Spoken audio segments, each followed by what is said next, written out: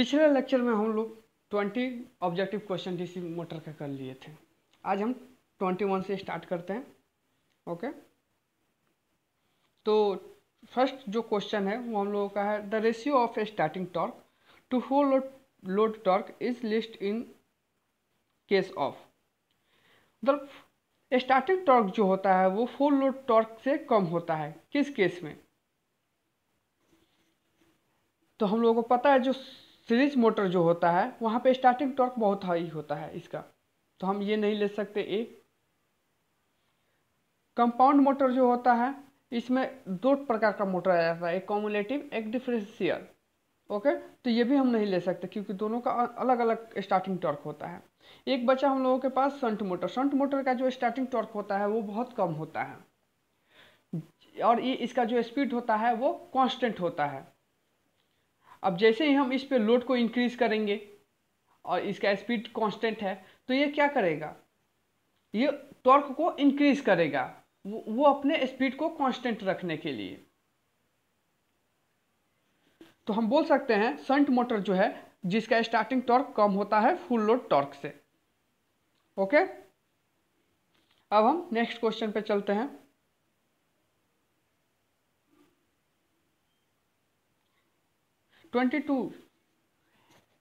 In DC motor which of flowing can sustain in the maximum temperature rise।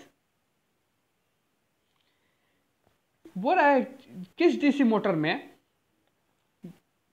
Motor में जो maximum temperature rise कहाँ पे होता है, किस पार्ट में होता है? तो ऑप्शन ए है हम लोगों के पास स्लिप रिंग। डीसी मोटर में स्लिप रिंग होता है? नहीं होता है, ये इंडक्शन मोटर का पार्ट है स्लिप रिंग, तो हम इसे कट कर देंगे। ओके, दूसरा बात आता है कम्यूटेटर।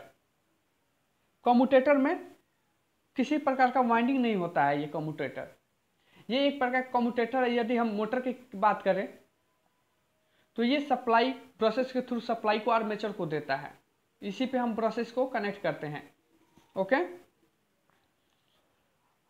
और जनरेटर की बात करें तो जनरेटर के केस में आर्मेचर जो है वो एसी सप्लाई जनरेट करता है, जिसे कम्यूटेटर जो है वो डीसी में कन्वर्ट करके हमको आउटपुट देता है। डीसी जनरेटर की बात कर रहे हैं तो कम्यूटेटर यहाँ पे हिट राइज नहीं होगा, तो ये भी हम कट कर देंगे। बात आ रही है option number D C, field winding. Field winding में टेम्परेचर राइज होगा? ओके, ये भी देखते हैं हम। ऑप्शन डी है आर्मेचर वाइंडिंग। आर्मेचर वाइंडिंग जो है रोटेटिंग पार्ट है, इसमें टेम्परेचर राइज होगा लेकिन ये कूलिंग भी कर लेगा यहाँ।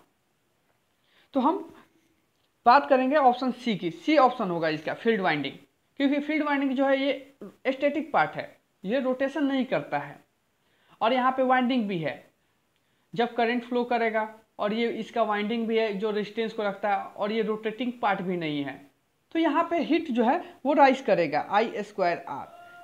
बट इस हीट से हम लोगों को कोई प्रॉब्लम नहीं है क्योंकि आर्मेचर को कोई इफेक्ट नहीं डालने वाला है ये हीट, ये स्टेटर है, ये रुका हुआ पार्ट है। ओके, तो हम यहाँ पे फील्ड वाइंडिंग कह सकते हैं।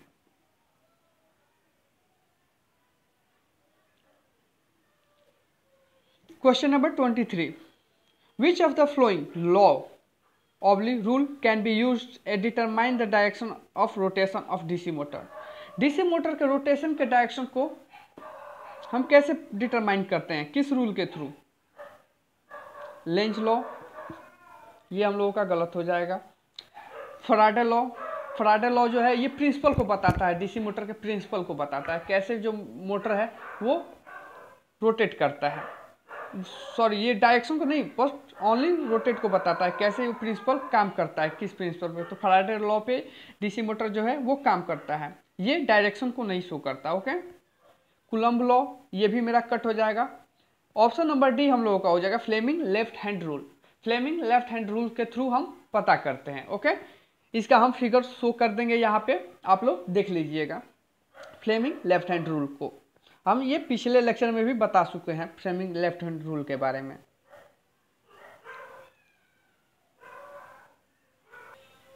यदि हम फ्लेमिंग लेफ्ट हैंड रूल की बात करें तो यहाँ पे जो थंब होता है हम लोगों का, ये मेरा फर्स्ट फिंगर है और ये मेरा मिडिल फिंगर है। ओके, थंब जो होता है ये थंब जो फोर्स को डिनोट करता है।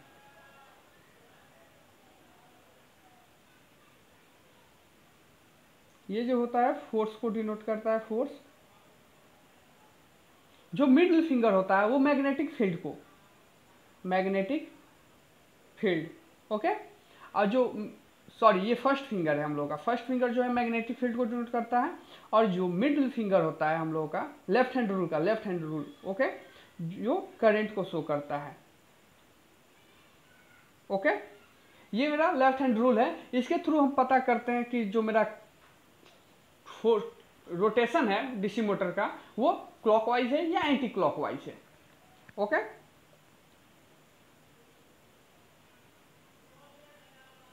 अब हम बात करते हैं 24 नंबर क्वेश्चन की। Which of the flowing load which of the flowing loads normally needs starting torque more than the rated torque। यहाँ पे बात कर रही है कौन सा हम लोग का जो एप्लीकेशन है, ये जो हम लोग को ऑप्शन दिया हुआ है यहाँ पे किस में हमें स्टार्टिंग टॉर्क अधिक चाहिए, बहुत अधिक स्टार्टिंग टॉर्क की जरूरत पड़ती है। क्या ब्लोअर में, कन्वेयर, ऑप्शन सी बोल रहा है एयर कंप्रेसर, या डी बोल रहा है सेंट्रीफ्यूगल पंप। यदि हम बात करें तो यहाँ पे ऑप्शन नंबर बी सही होगा, कन्वेयर्स। कन्वेयर्स जो होता है यहाँ पे स्टार्टिंग टॉर्क हाई चाहिए यहाँ पे। तो स्टार्टिंग टॉर्क हाई के लिए हम कौन सा यूज करेंगे, मोटर, सीरीज मोटर। तो स्टार्टिंग टॉर्क यहाँ पे हमें हाई प्रोवाइड चाहिए, तो कन्वेयर्स हो जाएगा हम लोगों का option number B answer. Okay, question number 25 ये बोल रहा है the starting resistance of DC motor is generally. जो डीसी मोटर का जो स्टार्टिंग रेजिस्टेंस होता है वो हम लोग क्या करते हैं, हाई रखते हैं, लो रखते हैं, या अराउंड 500 ओम का रखते हैं। और ऑप्शन हम लोगों के पास है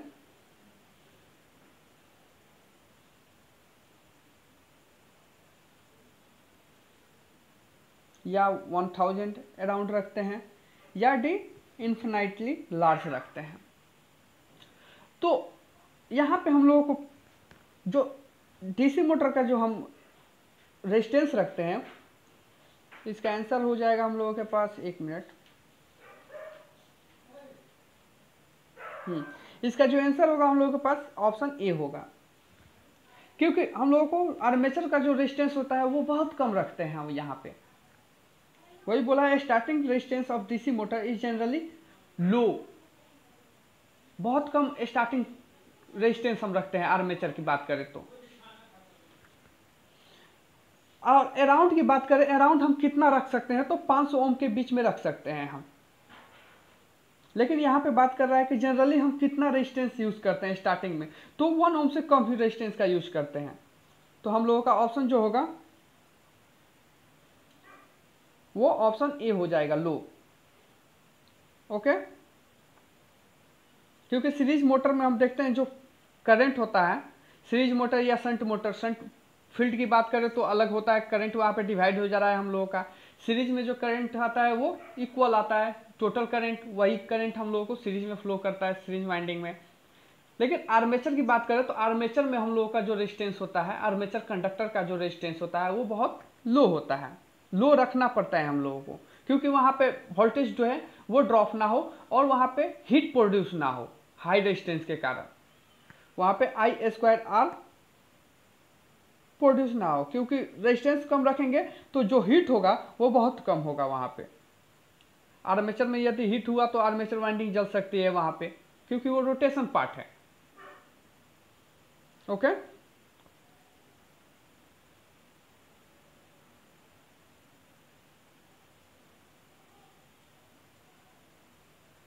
अब हम बात करेंगे 26 नंबर क्वेश्चन की। The speed of DC series motor is, DC series motor का जो स्पीड होता है क्या है, proportional to the armature current, armature current के प्रोपोर्शनल होता है। Option number B, proportional to the square of armature current, armature current के स्क्वायर के प्रोपोर्शनल होता है। Proportional to the field current, field current के प्रोपोर्शनल होता है। या inversely proportional to the armature current, armature current के इन्वर्सली प्रोपोर्शनल होता है। ऑप्शन नंबर डी हम लोगों को सही होगा। यदि स्पीड की बात करें तो स्पीड हम लोगों को पता है N directly proportional back EMF by flux, यही ना होता है हम लोगों का। यदि फ्लक्स यहाँ पे हम देखें, जो फ्लक्स होता है वो डायरेक्टली प्रोपोर्शनल आईए होता है हम लोगों के डीसी सीरीज मोटर की बात करें तो, क्योंकि जो डीसी सीरीज मोटर में तो फील्ड वाइंडिंग होती है वो आर्मेचर के सीरीज में हम कनेक्ट करते हैं। यहाँ पे यदि यहाँ पे हम टोटल वोल्टेज जो अप्लाई किए, यहाँ पे टोटल करंट फ्लो कर रहा है, यही करंट हम लोगों को फील्ड वाइंडिंग और आर्मेचर के थ्रू फ्लो होने वाला है। जब फील्ड वाइंडिंग के पास आएगा तो हम इसे नाम दे दिए फील्ड करंट, और जब ये आर्मेचर के पास आया तो इसे का नाम दे दिए आर्मेचर करंट। फील्ड करंट और आर्मेचर करंट दोनों इक्वल है। ओके, फील्ड के पास मेरा फ्लक्स जनरेट होगा, यहाँ पे फ्लक्स जनरेट होगा।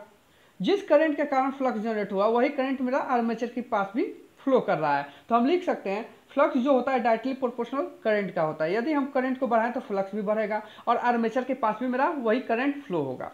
ओके, तो यहाँ पे हम देखें स्पीड जो होता है एन वो डायरेक्टली प्रोपोर्शनल बैक ईएमएफ और इन्वर्सली प्रोपोर्शनल फ्लक्स का होता है। तो हम इसको लिख सकते हैं एन इन्वर्सली प्रोपोर्शनल 1/IA लिख सकते हैं यहाँ पे। तो इसका ऑप्शन क्या हो जाएगा? Option number D, inversely proportional to the armature current. Option number D हो जाएगा। ओके,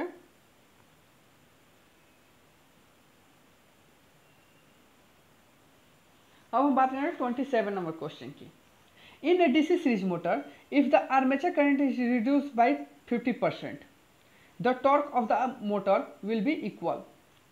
यदि हम बात करें डीसी सीरीज मोटर में तो यदि आर्मेचर करंट जो होता है वो हम रिड्यूस कर दिए 50% आर्मेचर करंट को हम कम कर दिए।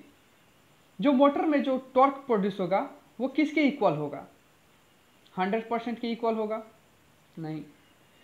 50% ऑफ प्रीवियस वैल्यू, क्या जो मेरा प्रीवियस टॉर्क था उसका 50% होगा, या 25% होगा, या 10% होगा? तो हम इसके लिए समझे, पहले सीरीज मोटर की बात कर रही है। ओके, और यहाँ पे आर्मेचर करंट है हम लोगों का। आर्मेचर करंट को हम 50% रिड्यूस कर रहे हैं। तो 50% रिड्यूस करने का मतलब 1/2। क्यों? क्योंकि 50/100 हम करेंगे, परसेंटेज में है तो कट करेंगे तो यहाँ हम लोगों को क्या आएगा? 1/2। यहाँ पे जो करंट जो होता है,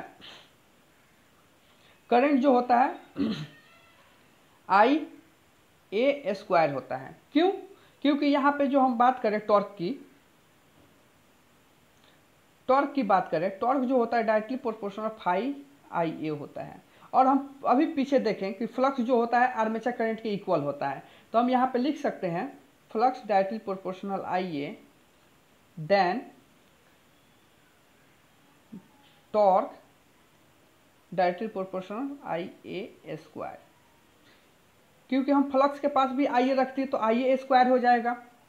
ओके, अब हम यहाँ पे क्या बात किया है, यहाँ पे यदि हम करंट को 50% रिड्यूस करते हैं, जो 50% रिड्यूस किए हैं, तो पहले हम लोगों के पास समझो 100% था। ओके, यहाँ पे हम बात करें 100 हम लोगों के पास करंट था, अब 50% रिड्यूस कर दिया। तो यहाँ से हम 50% रिड्यूस करेंगे तो करंट हम लोगों का क्या था? 1/IA²। और यहाँ सॉरी एक मिनट, ये 100 है और ये हम लोगों का IA²। और जो यहाँ पे बात किए हम लोगों को कितना आया परसेंटेज में? 1/2। तो यहाँ पे 1/2 का स्क्वायर क्या आएगा हम लोगों को? 1/2²। तो हम लोगों को यहाँ पे आएगा 100 × 1/4। तो कट करेंगे तो क्या आएगा? 25%। ओके, तो हम यहाँ पे क्या बोल सकते हैं? 25% of the previous value. Previous value का 25% होगा। यदि यहाँ पे 25% कम करता तो क्या होता, 25% आर्मेचर करंट को कम कर दिया तो क्या करेंगे यहाँ पे, तो सेम वही प्रोसेस अपनाएंगे, 100 लिखेंगे। अब 25 का यदि बटा में करें तो क्या होगा, 25 1/4 आई स्क्वायर, इसको कर देंगे तो 100 मल्टीप्लाई 1/16 जो आएगा हम लोगों का उतना परसेंट हम कम कर देंगे वहां पे। ओके,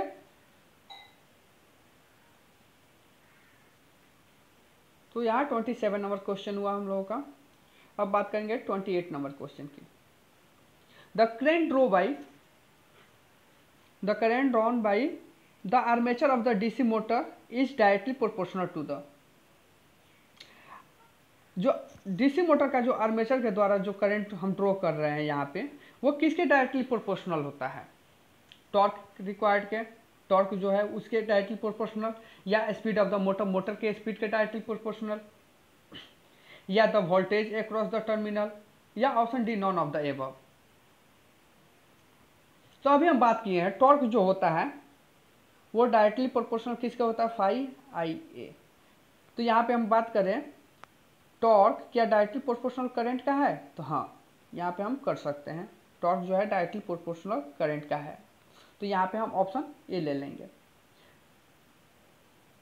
ओके, यहाँ पे बोला है डीसी मोटर का जो आर्मेचर के द्वारा जो करंट ड्रॉ कर रहे हैं हम, वो किसके डायरेक्टली प्रोपोर्शनल है, तो टॉर्क के डायरेक्टली प्रोपोर्शनल होता है।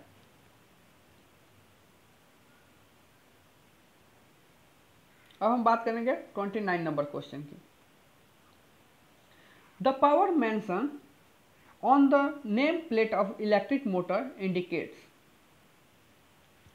यहाँ पे जो हम इलेक्ट्रिक मोटर का जो यूज करते हैं उसके नेम प्लेट पे जो पावर मेंशन करता है वो किसको इंडिकेट कर रहा है, क्या इंडिकेट करेगा यहाँ पे, तो option number A, the power draw in kilowatt, kilowatt में पावर है, the power draw in KVA, kilo volt ampere में पावर है, द ग्रॉस पावर, या option D the output power available at the shaft, क्या answer होगा। तो इसका जो यदि आंसर की बात करें तो ये हम लोगों का आंसर डी होगा, क्योंकि शाफ्ट जो है, शाफ्ट में हम लोगों का कम्यूटेटर लगा रहता है और ब्रशेस लगा रहता है, जो आउटपुट में हम लोगों के पास पावर आएगा उसी को ना हम शो करके नेम प्लेट पे शो करेंगे। यहाँ पे यदि हम लोगों के पास मोटर है, यहाँ पे मोटर है हम लोगों का, और यहाँ पे नेम प्लेट है, नेम प्लेट पे हम क्या लिखेंगे, इतना किलोवाट का हम लोगों का पावर का मोटर है या जनरेटर है, तो ये किससे हम इंडिकेट करेंगे, शाफ्ट पे जितना आ रहा है उसी को हम उसके वैल्यू को चेक करेंगे और उसके बाद हम नोट करेंगे वहाँ पे कि हम लोगों का आउटपुट में कितना आ रहा है। तो ऑप्शन इसका डी हो जाएगा, the output power available at the shaft, shaft पे कितना आउटपुट पावर अवेलेबल है उसी के नेम पे हम इंडिकेट करते हैं वहाँ पे नेम प्लेट पे इलेक्ट्रिक मोटर पे। ओके, अब हम नेक्स्ट लेक्चर पे चलते हैं।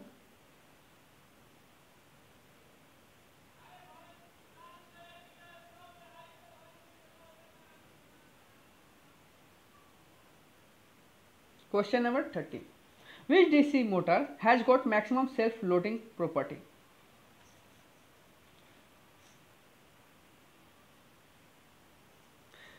थर्टी नंबर क्वेश्चन कहने का मतलब है किस मोटर को अधिकतम सेल्फ लोडिंग प्रॉपर्टी मिली है, मतलब हम कह सकते हैं कि इस कौन सा ऐसा मोटर है जिसको हम एक फिक्स लोड ही अप्लाई कर सकते हैं, उस पर हम लोड को बढ़ा नहीं सकते, इससे हम लोगों को हानिकारक प्राप्त हो जाएगा, जो मोटर है वो डैमेज भी हो सकता है यहाँ पे। तो क्या सीरीज मोटर, ऑप्शन ए है, बी ऑप्शन है हम लोगों के पास शंट मोटर, सी ऑप्शन है हम लोगों का cumulative compound motor, option D है डिफरेंशियली कंपाउंड मोटर। तो बात करें यहाँ पे कॉमुलेटिव कंपाउंड मोटर का, तो यहाँ पे फ्लक्स जो है वो इंक्रीज करता है, स्टार्टिंग टॉर्क भी हमारा यहाँ पे इंक्रीज करेगा। ओके, क्योंकि नेट फ्लक्स जो होता है वो equal to shunt flux plus series flux होता है, क्योंकि यहाँ पे करंट का डायरेक्शन सेम होता है दोनों वाइंडिंग में। यहाँ पे जो हम कम्युलेटिव की बात करें, यहाँ पे जो हम लोगों का पोल बना रहता है, यहाँ पे series winding and shunt winding, तो दोनों में करंट का जो फ्लो है वो सेम रहता है, तो यहाँ पे हम बोल सकते हैं फ्लक्स सीरीज वाइंडिंग का जो फ्लक्स है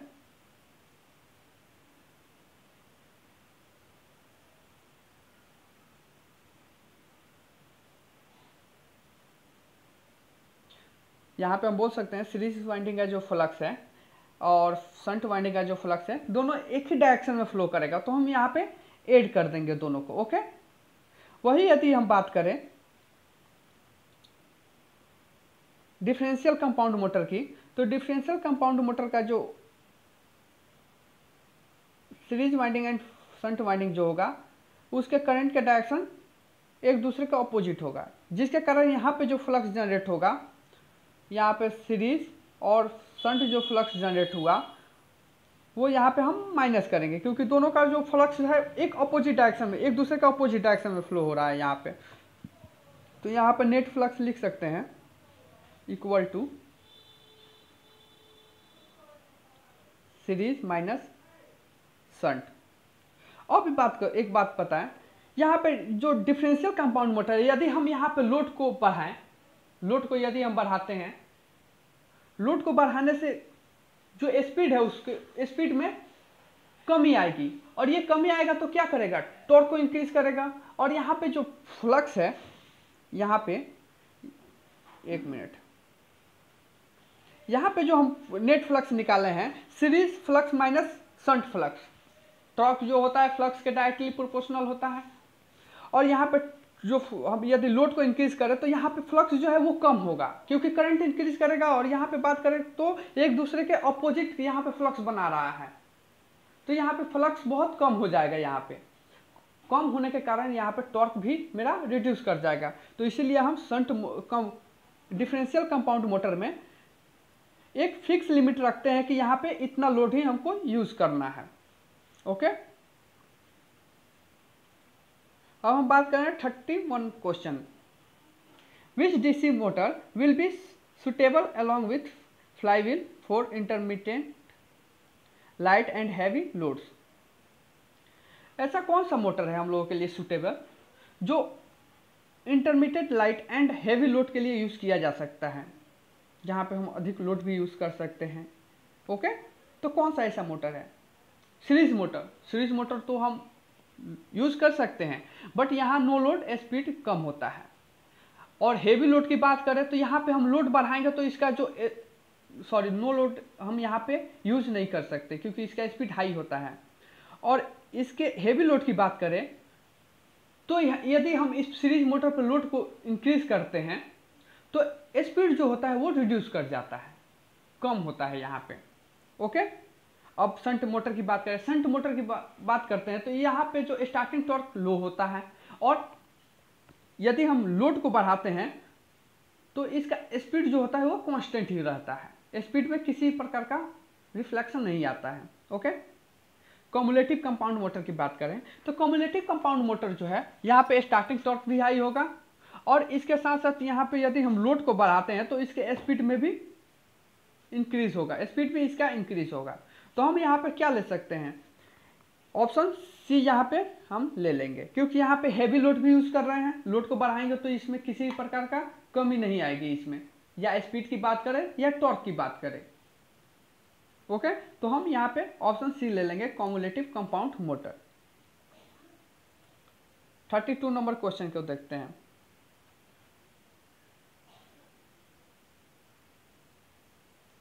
If a DC shunt motor is working at no load and if shunt field circuit suddenly open, यदि हम DC shunt मोटर को नो लोड पे वर्क करा रहे हैं और उसके फील्ड वाइंडिंग जो है, फील्ड वाइंडिंग से हम करंट को अचानक से हम हटा दें, ओपन कर दें, हम फील्ड वाइंडिंग करंट को ही हम उसे ओपन कर दें। ओके, तो हम इसे डायग्राम के थ्रू यदि समझें तो हम लोगों का ये फील्ड वाइंडिंग है और यहाँ पे आर्मेचर है लगा हुआ, और यहाँ पे हम सप्लाई दे दिए हैं पॉजिटिव एंड निगेटिव। ओके, और यहाँ पे हम एक स्विच का प्रयोग किए हैं, ये हम लोगों का स्विच है, स्विच ओपन रखे हैं, हम इसे क्लोज करके रखे हैं। तो मेरा जो फ्लक्स है वो, और शंट मोटर की बात करें तो ये तो कांस्टेंट स्पीड देता है यहाँ पे। ओके, तो मेरा कांस्टेंट स्पीड देगा यहाँ पे, नो लोड पे हम इसे यूज कर सकते हैं, नो लोड पे कांस्टेंट स्पीड दे रहा है, यहाँ पे एकदम इजीली मूव कर रहा है। अब ये अचानक से हम क्या करें, यहाँ पे हम इसे ओपन कर दें, इस स्विच को हम ओपन कर दिए तो करंट तो ओनली हम लोगों का आर्मेचर के पास जा रहा है, तो यहाँ पे क्या होगा? तो स्पीड और करंट के बीच के रिलेशन की बात करें तो क्या होता है हम लोगों का स्पीड और करंट के बीच का रिलेशन? एन जो होता है डायरेक्टली प्रोपोर्शनल बैक ईएमएफ और फ्लक्स का होता है। ओके, और फ्लक्स जो है हम लोग यहाँ पे फ्लक्स को क्या लिख सकते हैं? IF लिख सकते हैं, जो करंट मेरा फ्लो कर रहा है EB/IF। यहाँ पे फील्ड करंट ही ना फ्लो कर रहा है। यदि फील्ड करंट मेरा रिड्यूस होगा तो स्पीड क्या होगा? यहाँ पे बढ़ेगा। अब यहाँ पे हम अचानक से इसको जीरो ही कर दिए, बहुत कम कर दिए, यहाँ पे मतलब ओपन कर दिए इसे, तो स्पीड क्या होगा? स्पीड बहुत अधिक बढ़ जाएगा यहाँ पे। तो ऑप्शन यहाँ पे हम क्या ले सकते हैं? 32 नंबर क्वेश्चन था ना हम लोग का। हाँ, तो यहाँ पे nothing will happen to the motor. ये कुछ ऑप्शन यहाँ पे लग रहा है कुछ था। ओके, चलो छोड़ो इसको। बी ऑप्शन जो है, this will make armature to take heavy current possible burning. Armature current जो है वो बहुत हैवी करंट लेने लगेगा और जल भी सकता है यहाँ पे। ओके, ऑप्शन सी बोल रहा है, this will result in excessive speed possible destroying armature due to excessive centrifugal stress. Okay, तो ऑप्शन यहाँ पे सी जो है वो हम लोगों का हो जाएगा ओके, क्योंकि एक्सेसिव स्पीड जो है मेरा यहाँ पे रिजल्ट जो आएगा स्पीड बहुत अधिक बढ़ जाएगा और आर्मेचर जो है वो यहाँ पे ब्रेक भी कर जा सकता है, यहाँ पे खराब भी हो सकता है। यहाँ जब ये स्विच को ओपन कर देने से यहाँ पे, क्योंकि पूरा करंट यहीं पे आएगा तो आर्मेचर की वायरिंग जो है वो खराब भी हो सकती है और यहाँ पे स्पीड जो है वो बहुत अधिक हो जाएगा। तो ऑप्शन सी हम लोगों का हो जाएगा okay, this will result in excessive speed possible destroying armature due to excessive centrifugal stress. Centrifugal stress का बात किया है ये स्विच के बारे में। ओके, इसको हम सेंट्रीफ्यूगल स्विच भी बोलते हैं। तो हम लोगों का ऑप्शन सी हो जाएगा यहाँ पे। ऑप्शन डी की बात करें तो ऑप्शन डी होगा ही नहीं, लो वेरी स्लो स्पीड होगा। यहाँ पे हम ये रिलेशन देखें तो अभी रिलेशन देखे थे इसका। ओके, करंट कम हो रहा है तो स्पीड मेरा बढ़ रहा है। अब बात करेंगे 33 नंबर क्वेश्चन की। DC series motor are used. DC series motor जो है वो हम कहाँ यूज करते हैं? वेयर लोड इज कांस्टेंट, जहाँ कांस्टेंट लोड हो। चलो आगे देखते हैं। वेयर लोड चेंज फ्रीक्वेंटली, यदि हम लोड को चेंज करें फ्रीक्वेंटली। यार ये भी हम लोगों का गलत है, ये दोनों ऑप्शन गलत हो जाएगा कि हम यहाँ पे लोड कांस्टेंट रखेंगे, ये भी नहीं होगा। लोड को चेंज करते रहेंगे, ये भी नहीं होगा। Where constant operating speed is needed, हमको कांस्टेंट स्पीड चाहिए, ये भी नहीं होगा। In one of the above situation, इनमें से सारा गलत हो जाएगा। ऑप्शन ये हो जाएगा हम लोगों का डी। ओके, क्योंकि सीरीज मोटर जो होता है इसका हम यूज करते हैं, जैसे क्रेन हो गया, हमको बहुत लोड उठाना है वहाँ पे, क्योंकि इसका जो नो लोड पे है तो हम इसको यूज नहीं कर सकते, हमेशा वहाँ पे लोड लगा रहना चाहिए। तो हम लोगों का ऑप्शन नंबर डी हो जाएगा, क्योंकि यहाँ पे किसी लोड की बात ही नहीं किया है। ओके, तो ऑप्शन नंबर डी हो जाएगा यहाँ पे। जैसे हम यदि बात करें DC series motor are use, तो हम ले सकते हैं यहाँ पे क्रेन ले सकते हैं, जेसीबी है वो ले सकते हैं, क्योंकि यहाँ पे हमेशा लोड कनेक्ट रहता है यहाँ पे, और यहाँ पे लोड बढ़ाते रहता है। यहाँ पे हम चाहे तो लोड को इंक्रीज कर रहे हैं यहाँ पे हम। ओके, तो यहाँ पे किसी प्रकार का डीसी सीरीज मोटर का एप्लीकेशन के बारे में नहीं दिया है, या ऑप्शन ए देखें, बी देखें या सी देखें। ओके, तो इसे हम कट कर देंगे, ऑप्शन डी ले लेंगे। Okay, question number 34, for the same speed rating and full load speed flowing motor has poor starting torque. बोल रहा है कौन सा ऐसा मोटर है जो हम सेम एचपी का एक मोटर लिए, ओके, और उससे फुल लोड स्पीड पे हम रन करा रहे हैं, तब वहां पे मेरा स्टार्टिंग टॉर्क जो है बहुत कम हो जाएगा। क्या शंट मोटर होगा, सीरीज मोटर होगा, डिफरेंशियल कंपाउंड मोटर होगा, या कम्युलेटिव कंपाउंड मोटर होगा? तो यहाँ हम बात करें तो डिफरेंशियल कंपाउंड मोटर ही होगा, क्योंकि यहाँ पे यदि हम लोड बढ़ाएंगे, फुल लोड करेंगे, तो यहाँ पे टॉर्क जो होता है वो कम हो जाता है, क्योंकि फ्लक्स जो होता है नेट फ्लक्स वो यहाँ पे कम हो जाता है। तो हम लोगों का ऑप्शन क्या हो जाएगा? सी।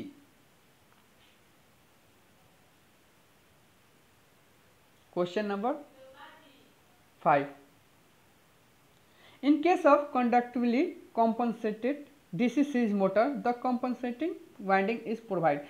कंपनसेट डीसी सीरीज मोटर में कंपनसेटिंग वाइंडिंग क्यों प्रोवाइड करते हैं? यदि हम बात करें 35 नंबर क्वेश्चन की, तो यहाँ पे जो हम लोगों का पोल है, यहाँ पे हम फील्ड वाइंडिंग किए, ओके, और ये मेरा आर्मेचर है।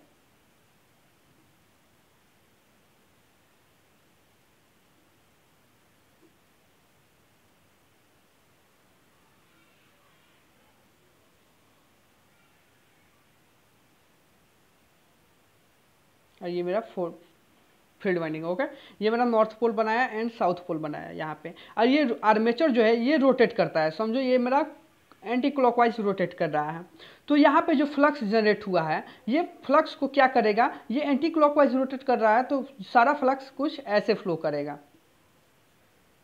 क्योंकि ये एंटी क्लॉकवाइज रोटेट कर रहा है तो सारे फ्लक्स को कट करके कुछ ऐसे कट फ्लो करवाएगा। अब ये जो है हम बोल सकते हैं यहाँ पे आर्मेचर जो है वो मेन फ्लक्स को क्या कर रहा है, कट कर रहा है, तो हम इसे बोलते हैं armature reaction. Armature reaction, armature reaction इसे बोलते हैं, क्योंकि आर्मेचर जो है वो मेन फ्लक्स को क्या कर रहा है, कट कर रहा है। तो यहाँ तो हम लोग देखें तो फ्लक्स जो है वो चारों तरफ प्रोवाइड नहीं हो पा रहा है आर्मेचर के, तो ये हम लोगों के लिए हानिकारक। तो हम लोग क्या करते हैं यहाँ पे हम क्या करेंगे, इसे कम करने के लिए ये जो पोल है यहाँ पे हम एक वाइंडिंग प्रोवाइड करेंगे जिसे कंपनसेटिंग वाइंडिंग कहते हैं यहाँ पे, या हम इंटरपोल का प्रयोग कर लेंगे, इंटरपोल, ओके। तो ये जो कंपनसेटिंग वाइंडिंग जो होता है किसके साथ कनेक्ट रहता है, वो आर्मेचर के साथ कनेक्ट रहता है। कंपनसेटिंग वाइंडिंग का मतलब समझ में आ गया, जो आर्मेचर रिएक्शन को कम करता है।